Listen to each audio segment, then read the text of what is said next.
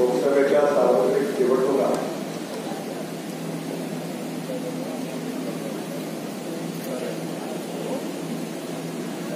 सर्वत्र होऊ घातलेल्या आहेत. आपल्याकडं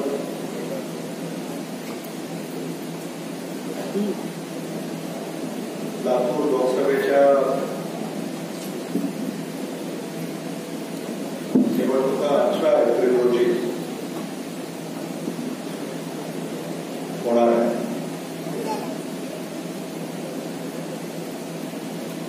लोहा कंधार विधानसभा लातूर लोकसभा मतदारसंघामध्ये समाविष्ट आहे आणि या अनुषंगाने आज आपण या ठिकाणी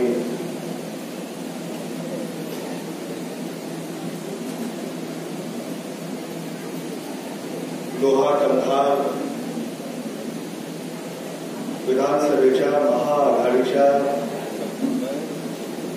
नेते कार्यकर्ते पदाधिकारी मतदार या मेळाव्याचं आयोजन या ठिकाणी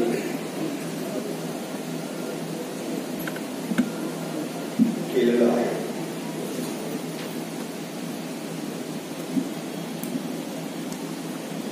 बऱ्याच वेळापासून हा मेळावा या ठिकाणी सुरू आहे.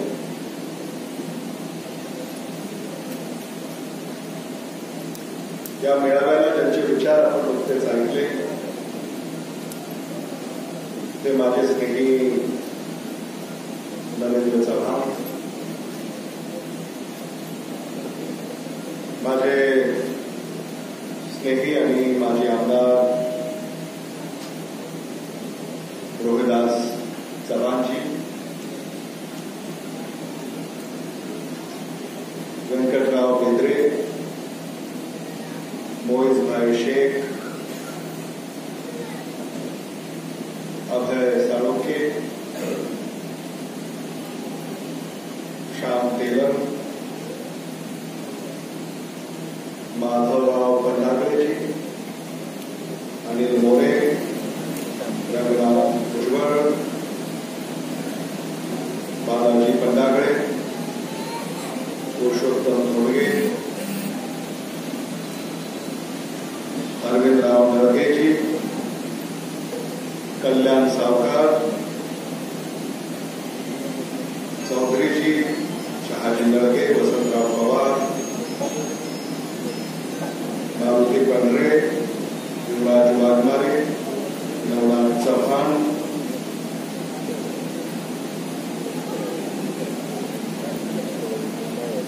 हरिहरराव भोसीकर, ईश्वरराव भोसीकर, सचिन शिंदे, सोनू संगेवार, कैलास ताकापुरे, सौभाग्यवती निर्मले, बबन निर्मले, व्यासपीठावर उपस्थित असलेले सारे मान्यवर. वेळ खूप झाला आहे, एखाद्याचं नाव चुकून राहिलं तर क्षमा असावी. आपले महाआघाडीचे अधिकृत उमेदवार मच्छिंद्र गुणवंतराव कामत,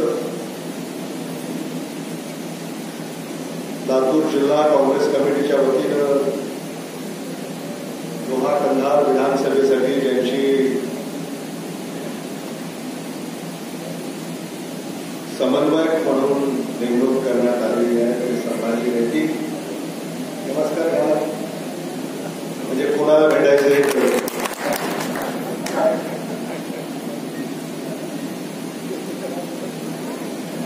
निरीक्षक म्हणून ज्यांची नेमणूक करण्यात आलेली आहे किरण पवार,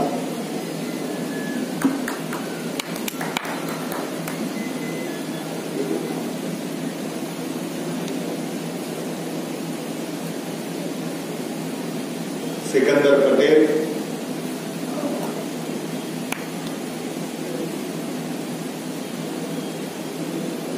माझ्या समवेत आलेले माझे सारे सहकारी सुपर जगताप, हरिराम कुलकर्णी, पांडुरंग वीर, प्रवीण सूर्यवंशी, राम गोरड,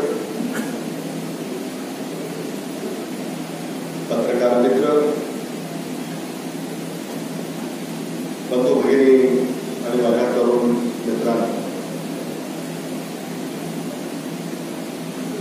लोकसभेच्या निवडणुका लागल्या की आम्हाला लोकांची आठवण होते.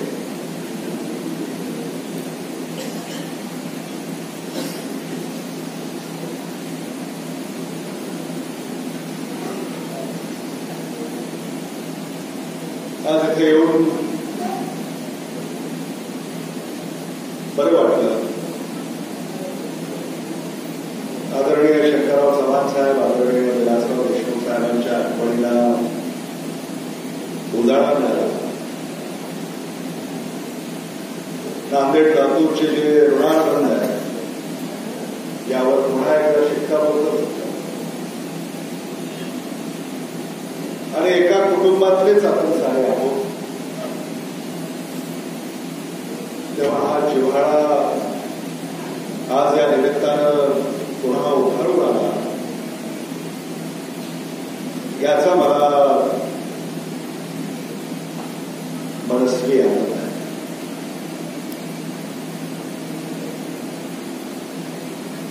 लोकसभेच्या निवडणुका ह्या अतिशय महत्वाच्या आहेत.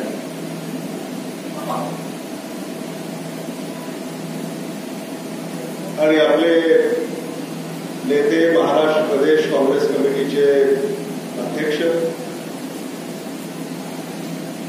माजी मुख्यमंत्री खासदार आदरणीय अशोकराव चव्हाण साहेबांनी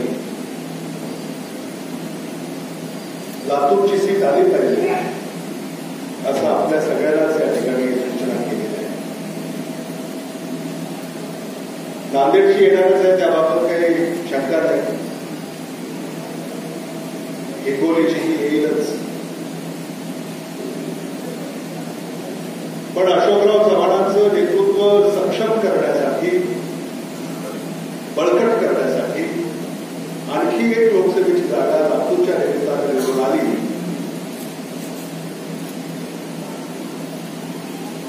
तर हे महत्वाचं ठरणार आहे.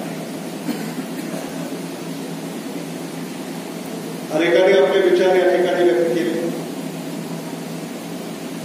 आदरणीय अशोकराव चव्हाण साहेबांचे हात बळकट करण्याचं ठरलं आणि याला जाहीर पाठिंबा व्यक्त करण्यासाठी मी आपल्याकडे या ठिकाणी उभा आहे. आणि म्हणून कसली शंका बाळगायचं काही कारण आहे असं मला वाटत नाही. पहिले अशोकराव आणि त्यानंतर सार, पहिलं नांदेड, मग त्यानंतर हिंगोली, लातूर, उस्मानाबाद, बीड,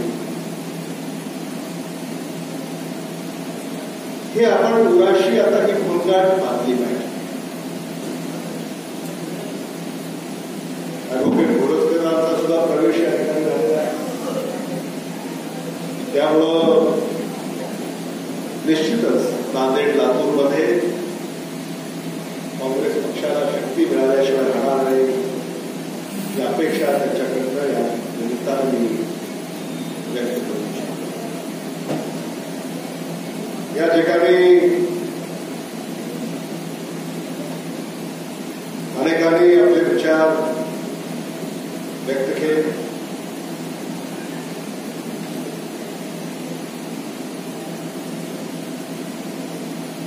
प्रास्ताविक भुजबळांनी केलं. ते उत्तम वक्ते आहे. सामान्य माणसाच्या काय अडचणी त्याला वाचा नेहमी फोडत आणि लोहा कंधारमध्ये वक्त्यांची काही कमी आहे असं मला सुद्धा वाटत नाही.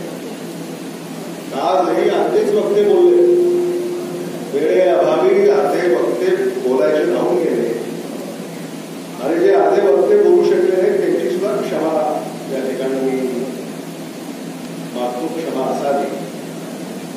आणि यानंतर आता अनेक सभेचे फळ लागणार आहे आणि तिथे अनेक वक्ते आमचे मतदारांशी संवाद साधणार आहे.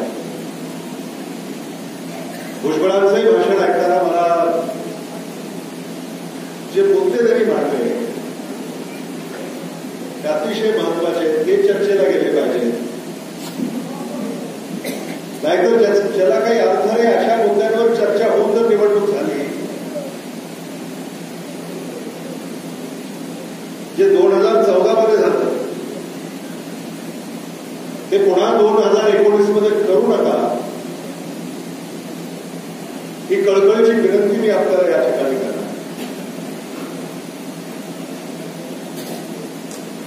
फडणवीसांनी काही महत्वाच्या विषयांना या ठिकाणी स्पर्श केला,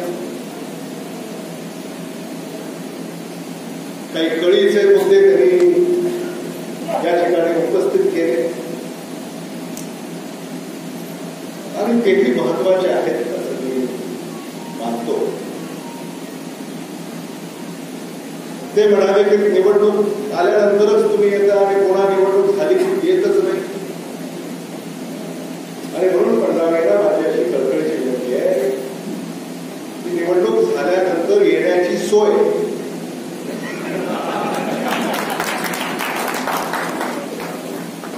जर तुम्ही राखली तर कोण येणार? 2014 दोहा कंधार या विधानसभा क्षेत्रातल्या मतदारांनी भारतीय जनता पक्षाला 59,000 मतं दिली, अधिकची. आम्हाला दिली नाही कसं आम्ही मानतो, अधिकची. आणि 2014 मध्ये 59,000 मतं अधिकची देऊन काय मिळवलं? कोणता प्रश्न सुटला? याचं उत्तर आपण स्वतःला विचारलं पाहिजे. आणि म्हणून भ्रमनिरास जर झाला असेल तर तो झाला हे साऱ्यांनीच सांगितलं. तेव्हा आता मच्छिंद्र कामतांना अधिकची 60 नको, 59,000 मतच द्या. आणि मग मच्छिंद्र कामंत काय करतात ते पहा. ही कळकळीची विनंती करण्यासाठी मी आपल्यापुढे उभा आहे.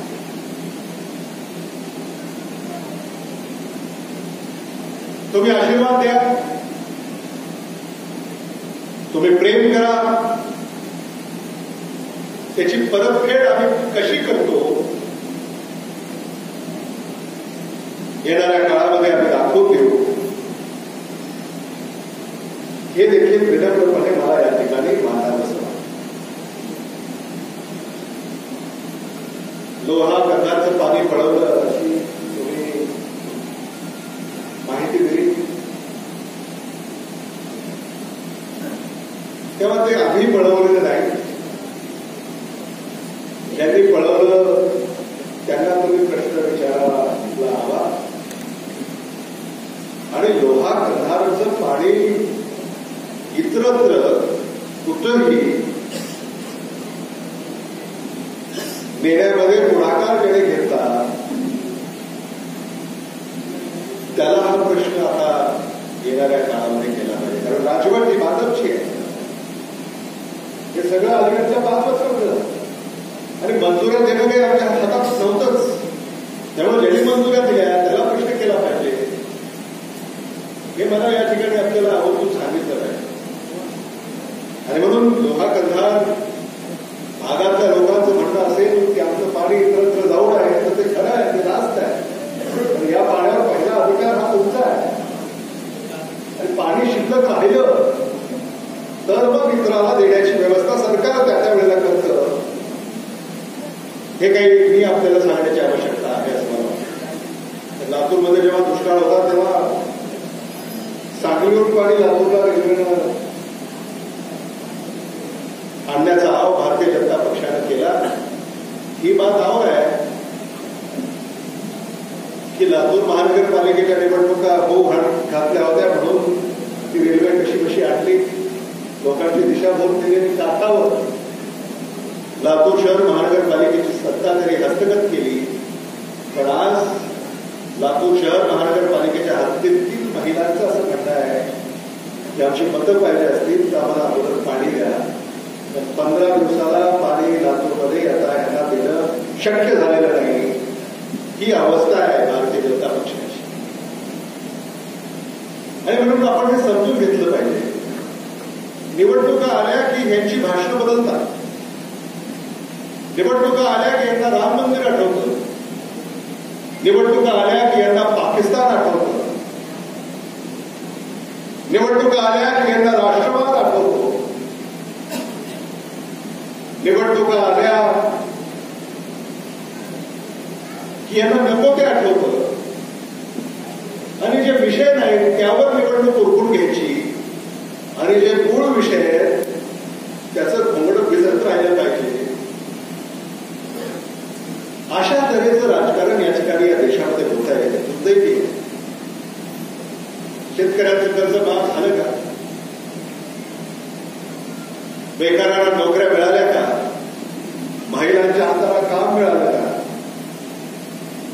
है हात कोई काम? कुछ नाही. महिलांना तर कोणी बोलतच नाही. सुशिक्षित मुलांचं आपण बोलतो, सुशिक्षित मुलींचंही कोणी बोलत नाही. आणि म्हणून या 5 वर्षामध्ये भारतानं काय मिळवलं?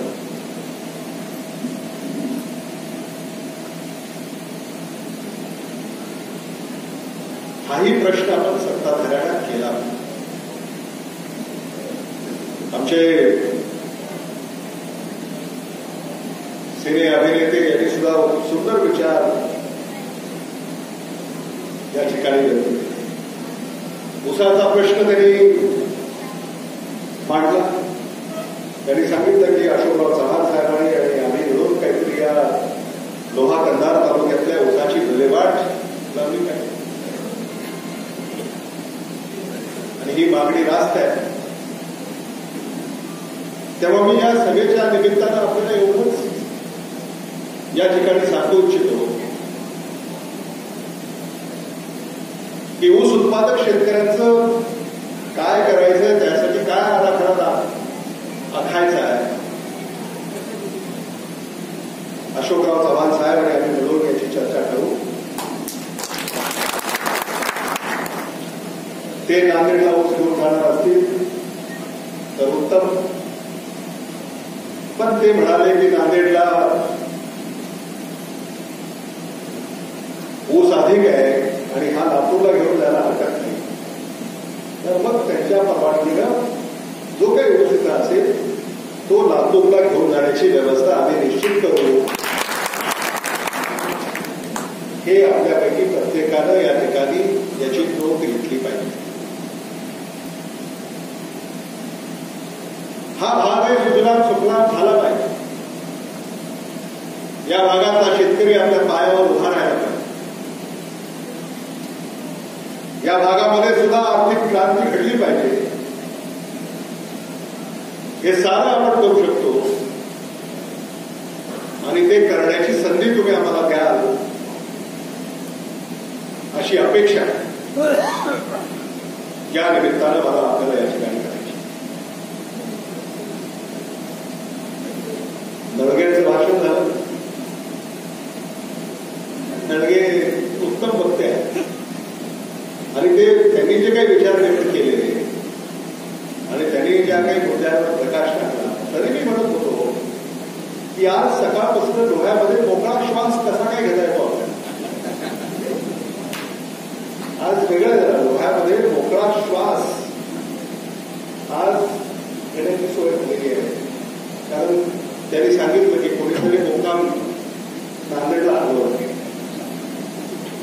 तुम्हाला त्याचा त्रास सारखा व्हायला लागलाय तरी आता नांदेडला मुक्काम हलवला आहे. आणि मला असं वाटतं की आता हा मुक्काम शेवटचा आहे. त्याच्यानंतर काही फार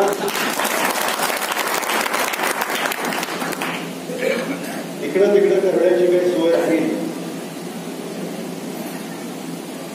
असं मला स्वतःला वाटतं. म्हणून हे अनेक प्रश्न जे तुम्ही या ठिकाणी उपस्थित केलेले आहेत. मच्छिंद्र कामतचं हे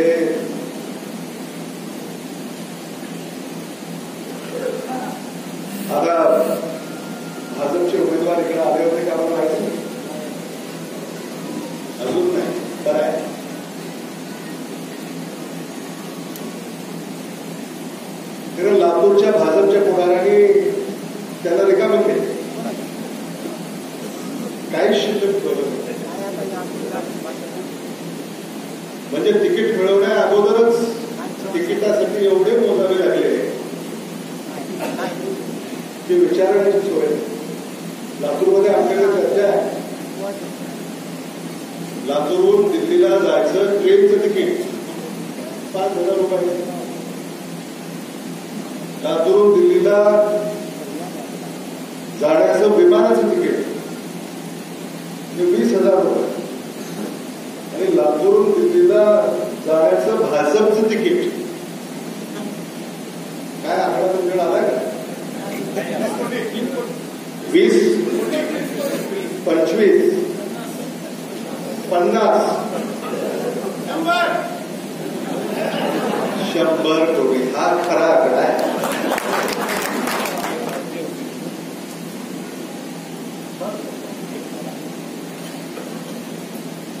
राजकारणातून पैसा, पैशातून राजकारण, म्हणजे पुढारीच वाटाघाटी करणार.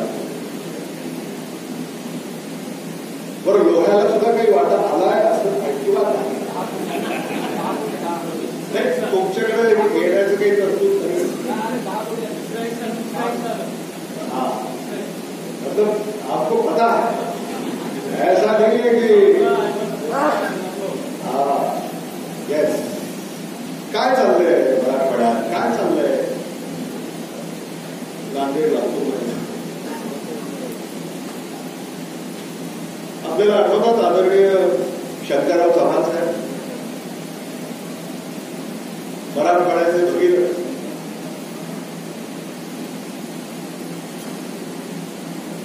हैदराबाद मुक्ती संग्रामाचे प्रणेते.